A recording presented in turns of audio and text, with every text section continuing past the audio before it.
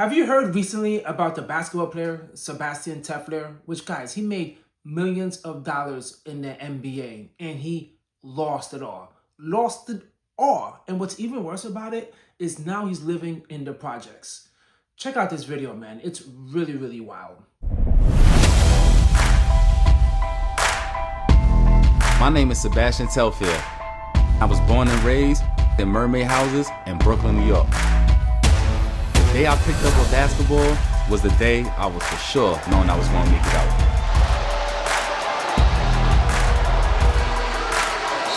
After being the #1 player in New York City history, I turned that dream into a reality. I played over 10 years in the NBA and made tens of millions of dollars. I had everything I ever dreamed of. But after a series of legal issues and personal problems, That's how I take care of my baby. my life has become something I could never imagine. I'm right back to where it all began. Back in Coney Island, back in the projects, back in the fire. The downfall for Sebastian is really, really sad, man.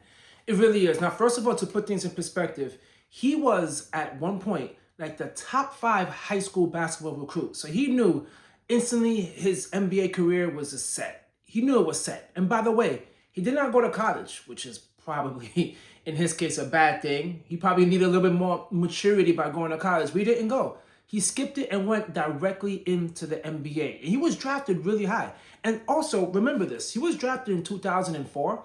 And in 2003, who was the #1 pick in 2003? LeBron James. I mean, this guy even had pictures.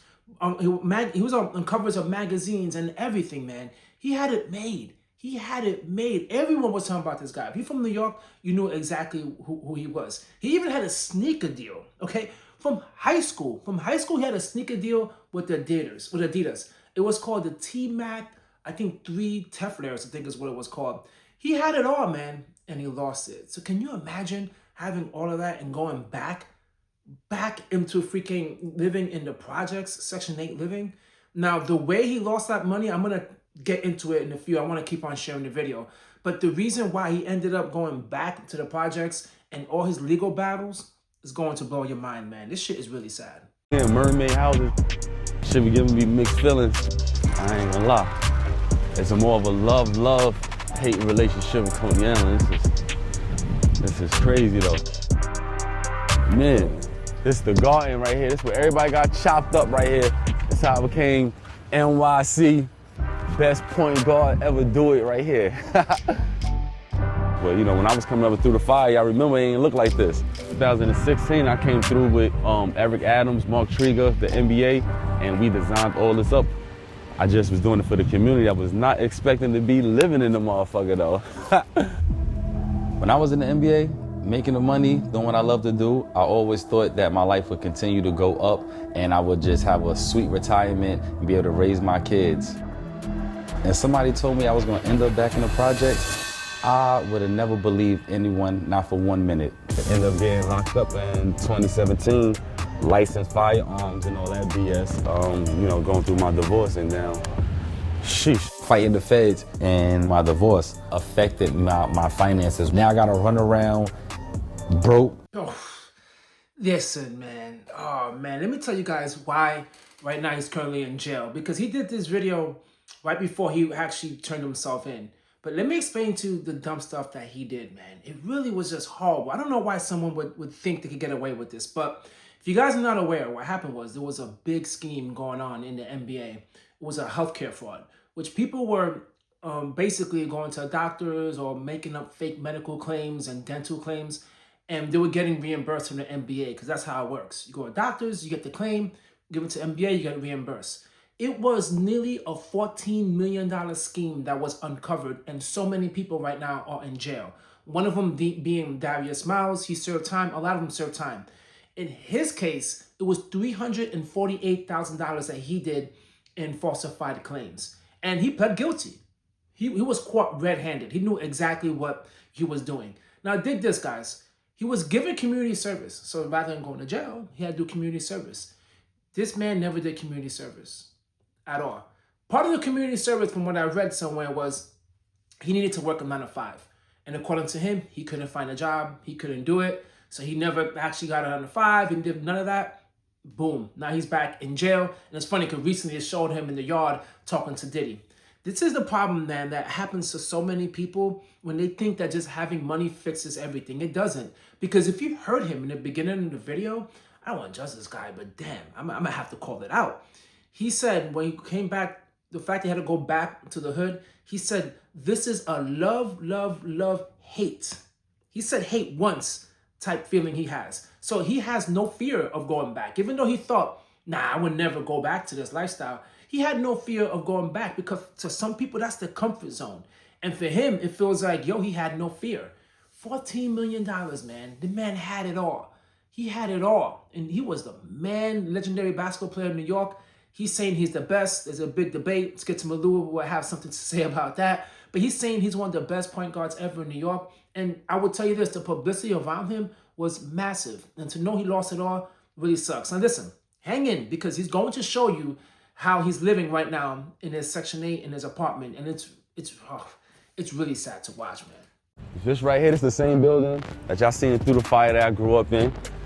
It's crazy. Go through my whole NBA journey, go through everything I've been through, end up right back in the same spot. The first thing they're gonna ask you is, can you do it again? So that's the mission. How you feeling? What up? How you feeling? How's everything? Okay. What up, doggy? Cuz was good. Y'all gotta take this journey with me. We ain't sugarcoat nothing. Look, we ain't got no keys. This is how you get your mail. This is how you get your mail. You ain't got no mail? We good. I would say this though, man. At least he seems positive. Maybe he's positive. He's being delusional, or he's not taking the situation serious. But I would expect someone who been through that. I know I would be extremely depressed. I would not want to go on the camera. I wouldn't want to talk.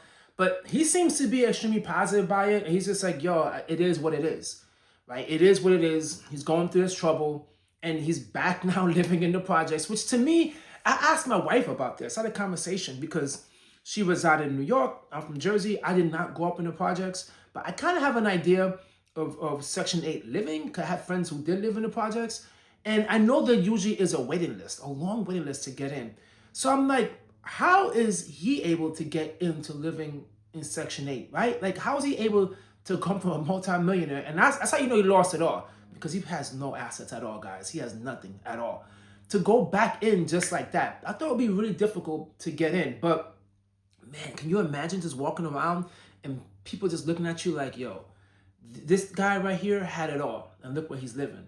That has to be like a message for so many people out there. And that has to be tough for him walking around to like know that people are looking at him like, yo, you're an idiot. Like, you had it all and you lost it. You had that bag right in your hand and you fumbled it. Let's take a look at his apartment because he's about to show us. And man, you guys are going to get sick by this, straight up. Can't come in here by yourself. Gotta sign a waiver to come in 2940. I'm gonna show y'all the inside. You hear? Let's go. This is a culture shock, but I ain't gonna lie, me coming back to the projects was a gift. It was a gift and a curse, but more of a gift, tell you the truth.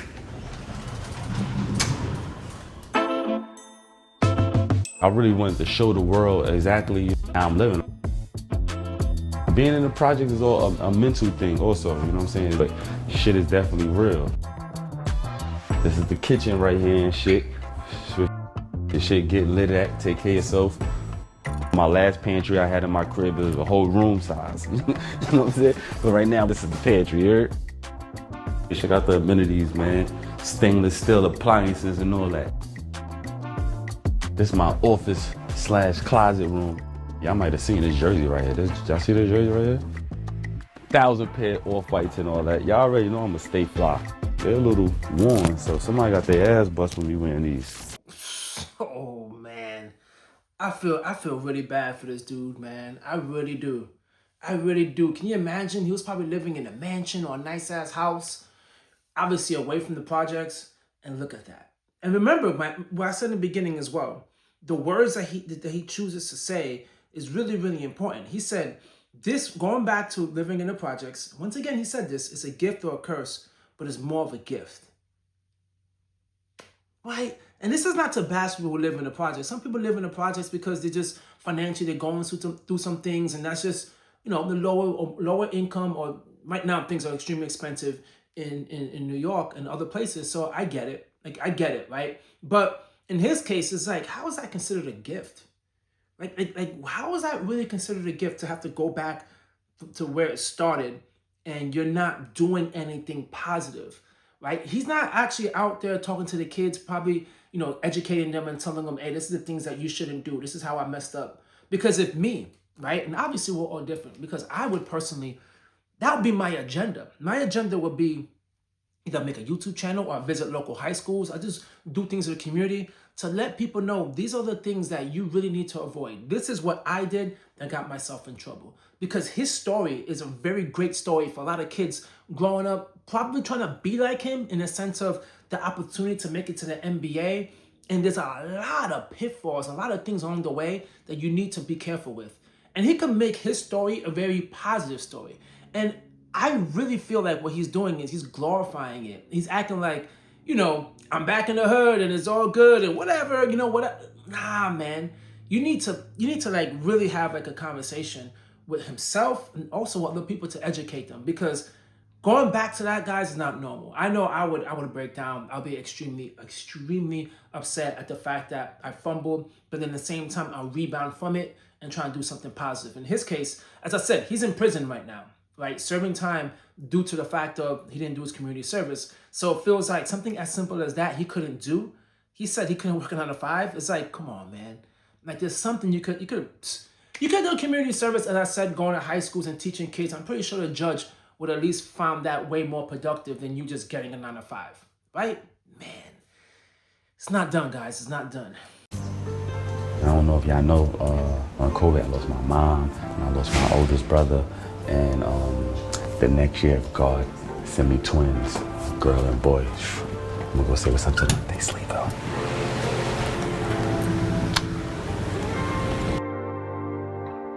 This is my twins' playroom right here. But most important was these right here. Make sure my kids read about me. Middle of the J's with a book, a movie, my own sneakers. Shit crazy. Man, he had it all. He really did, man. I remember him. He was in the NBA. He didn't pan out. He didn't live to his expectations, but it wasn't due to injuries or nothing like that. It just didn't pan out. But to know that he made it out of that situation that he was in, and like I said, he took advantage of everything. The sneaker deal, being on the covers of magazines, he had it all. And to see that is like, oh. And to be honest with you, man, it's always a blessing to have a kid, don't get me wrong. But to say it's a blessing during these times, probably one of the darkest times of his life, that has to be extremely difficult. To know you are struggling financially, now he's in prison, while you have 2 kids you need to take care of, 2 twins. Well, man, drop a comment down below. You guys let me know what you think about this, because this right here, man, is typically this is a story that happens a lot in the NBA. It's cool that he's at least sharing his story, letting us all know exactly what he's going through. But man, going from the NBA making millions of dollars to living in the projects, that has to be tough. Hit the like, leave a comment, and subscribe. Catch you guys in my next video. Peace.